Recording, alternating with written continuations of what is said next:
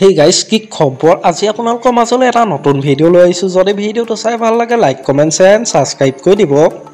আপোনালোকে নিশ্চয় জানে যে অসমৰ জনপ্ৰিয় অভিনেত্ৰী শিল্পী শিখাৰ বিবাহ বিচ্ছেদ হৈছে বুলি মই আগৰ ভিডিওত জনাইছিলো যে শিল্পী শিখা স্বামী বেলেগ মহিলাৰ লগত সম্পৰ্কত থকা বুলি কিন্তু শিল্পী শিখা এটা ইন্টাৰভিউত কয় যে তেওঁলোকৰ কোৰ্ট মেৰেজ হোৱা নাছিল কোনো নথিপত্ৰ নাই তেওঁ সামাজিকভাৱে বিয়া হৈছে হেবাবে তেওঁলোকৰ লিগেলি ডিভোৰ্স হোৱা নাই শিল্পী শিখাই কি ক'লে শুনিলো আহকচোন সৰু ভিডিও ক্লিপ এটা মইতো লিগেলি ডিভোৰ্স লোৱা নাই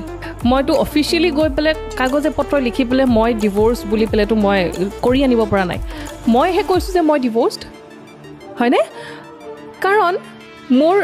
কোৰ্ট মেৰেজ নাই গতিকে অফিচিয়ালি চাব গলে ধৰা কোনোবাটো ক্ষেত্ৰৰ পৰা মানে কোনোবাটো পইণ্টৰ পৰা মই আনমেৰিড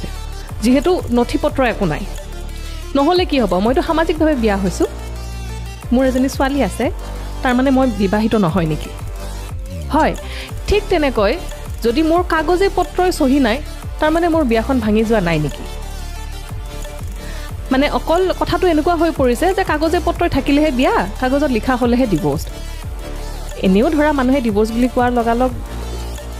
মানুহৰ আৰু 10টা কথা ন আৰু তুমি এনেকুৱা ক'ব নোৱাৰে যে তোমাৰ চিনাকি 100 জন মানুহৰ ভিতৰত 100 জন মানুহে তোমাৰ ক্ষেত্ৰত তোমাৰ হৈ ভালকে ক'ব